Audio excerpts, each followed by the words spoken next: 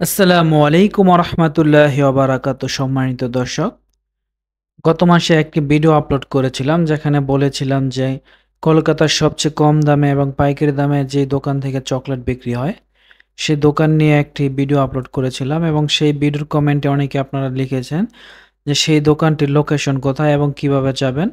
তো আমি আজকে আবার নতুন করে সেই দোকানটির লোকেশন দিব এবং বর্তমানে ইন্ডিয়ার আহ, চকলেটের যে বাজার দর, আপনারা জানেন যে ইন্ডিয়াতে এখন বাংলাদেশি পর্যটক খুবই কম আসছে কেননা নতুন করে ভিসা বন্ধ। এজন্য বর্তমানে ইন্ডিয়ান চকলেটের বাজার দর আপনাদের সামনে তুলে ধরবো এবং সেই সাথে জানাবো তাদের বেচা কিনার অবস্থা। বাংলাদেশের পর্যটক কম আসার কারণে তাদের বেচা কিনার কি পরিস্থিতি, সমস্ত কিছু আপনাদের মাঝে তুলে ধরবো ইনশাল্লাহ। তাই শুরু থেকে শেষ পর্যন্ত ভিডিওটি দেখার অনুরোধ রইল।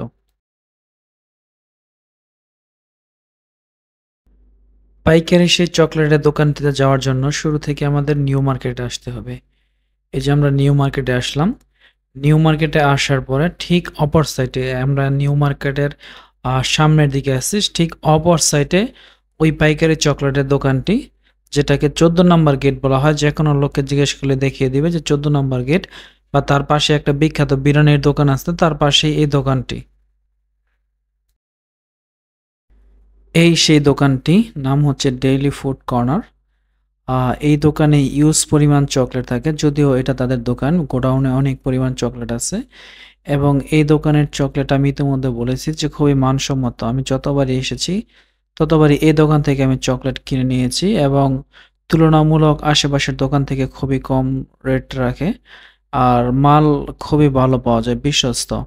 এখানে ড্রাই ফ্রুট পাওয়া যায়, বিভিন্ন রকমের চকলেট পাওয়া যায়, তারপরে আরো অনেক রকমের মসলা জাতীয় জিনিস পাওয়া যায়, এলাচ, দারচিনি, লং, কাজু বাদাম, কাঠবাদাম, বাজা বাদাম, খাঁটি মধু, নসিলা সব বিভিন্ন রকমের জিনিস পাওয়া যায় এই দোকানটিতে। আমি যদিও এখান থেকে অনেকবার নিয়েছি, খুবই ভালো পেয়েছি।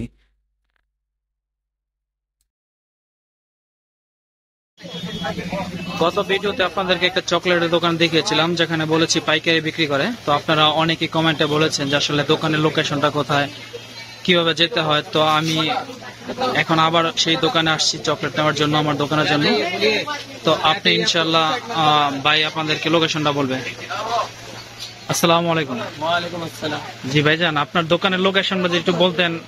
लेकिन এখানে পাশে একটা বিরিয়ানি আছে, খুব নামি আছে বিরিয়ানি, আর সামনে আছে আচ্ছা, 14 নম্বর গেট, 14 নম্বর গেট। আর গেটের পাশে দোকান, আর এই মার্কেটটার নাম কি? New market. নিউ মার্কেট না? কিটক্যাট যেন কত বলছিলেন এটা? 510 টাকা। 510 টাকা। 630 দাম আছে, 510। 510 টাকা। 36। এখানে কিটক্যাট 4 ফিঙ্গারের দাম চাচ্ছে 510 রুপি করে, যার পার পিস বাংলাদেশি টাকায় পড়তেছে 35 টাকা করে। আর আমি বাংলাদেশ থেকে কিনেছিলাম সেটা 55 টাকা করে, দুদিন আগেও কিনেছি। আর যেটা 3 ফিঙ্গার সেটার দাম চাচ্ছে বাংলাদেশি টাকায় 24 টাকা করে। এখানে পার পিস 24 টাকা করে পড়ছে, যেটা বাংলাদেশে কিনতে গেলে বর্তমানে 44 টাকা করে পড়ছে। আর যেটা 2 ফিঙ্গার সেটাও এখানে পড়ছে 18 টাকা করে, আর বাংলাদেশে কিনতে গেলে সেটার দাম পড়ছে 32 টাকা করে।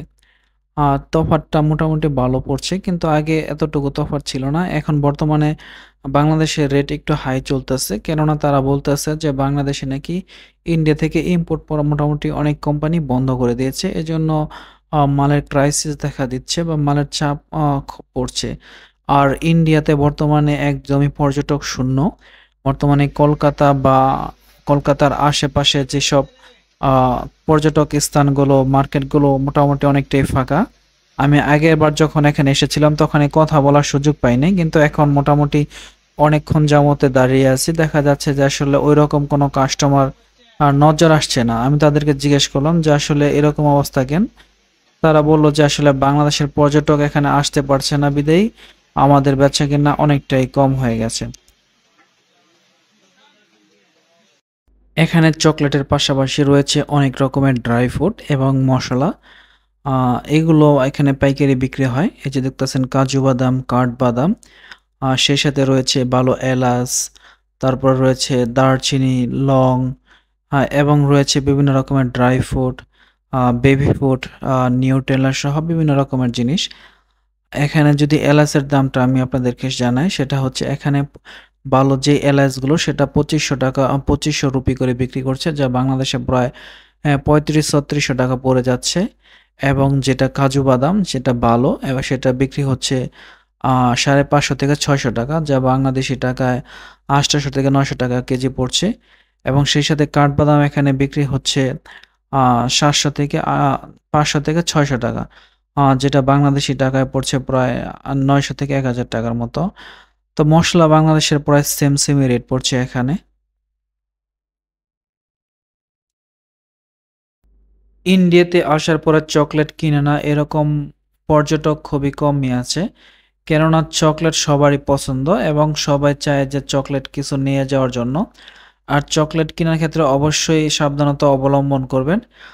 পরিচিত বা বিশ্বস্ত দোকান থেকে কিনবেন, অনেক যাচাই বাছাই করে কিনবেন, কেননা আপনাকে 2 টাকা কম রেখে অন্য দিক দিয়ে আপনাকে লস করে দিবে। এজন্য অবশ্যই সবকিছু চিন্তা ভাবনা করে চকলেট কিনবেন। আর বিশেষ করে যারা নতুন আসবেন তাদের সাজেস্ট করব যেন এই ভাইয়ের দোকানে আসেন, কেননা উনি খুবই আন্তরিক একজন লোক এবং উনি খুবই ভালো একজন ব্যবসায়ী আমার মতে। উনি কখনো 2 নাম্বারি করে না বা করার চিন্তা ভাবনাও রাখে না। এজন্য আমি প্রতিবারই উনার দোকান থেকে কম বেশি অনেক চকলেট নিয়ে থাকি।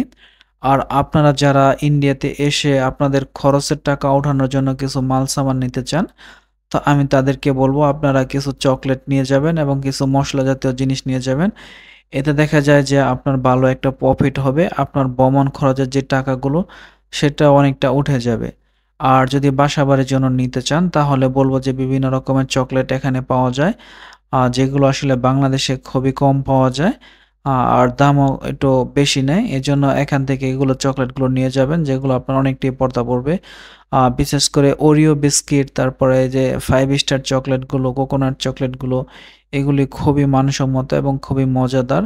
এগুলো নিয়ে যাবেন। ডার্ক ফ্যান্টাসি বিস্কিট, এগুলা অনেকটাই কমে পাওয়া যায়, অনেকটাই কমে পাওয়া যায়, যা বাংলাদেশ থেকে অর্ধেকের চেয়েও কম পাওয়া যায় এখানে। এগুলো আপনার আ সা জায়গাও কম খায়, ওজনও কম খায়, কিন্তু আপনার প্রফিট ভালো আসে। এজন্য এই জিনিসগুলো আসলে যদি বাংলাদেশে নিয়ে যেতে পারেন তাহলে আপনার অনেকটাই সাশ্রয় হবে এবং পড়তা পড়বে। আমি আপনাদেরকে বলব যে কেনাকাটার আগে অবশ্যই যাচাই বাছাই করে ১ নাম্বারটা কেনার চেষ্টা করবেন, যাতে কখনো না ঠগেন। তো এই প্রত্যাশায় এবং এই আশায় আজকের মতো এখানেই শেষ করছি। ভালো থাকবেন, সুস্থ থাকবেন এবং সেই সাথে আরো নতুন ভিডিও পাওয়ার জন্য এবং কলকাতা সহ বিভিন্ন দেশের ভ্রমণ বিষয় জানার জন্য অবশ্যই আমার চ্যানেলটিকে সাবস্ক্রাইব করে রাখবেন। আশা করি আপনাদেরকে ভালো কিছু উপহার দেওয়ার চেষ্টা করব ইনশাআল্লাহ। আসসালামু আলাইকুম ওয়া রাহমাতুল্লাহি ওয়া বারাকাতুহু।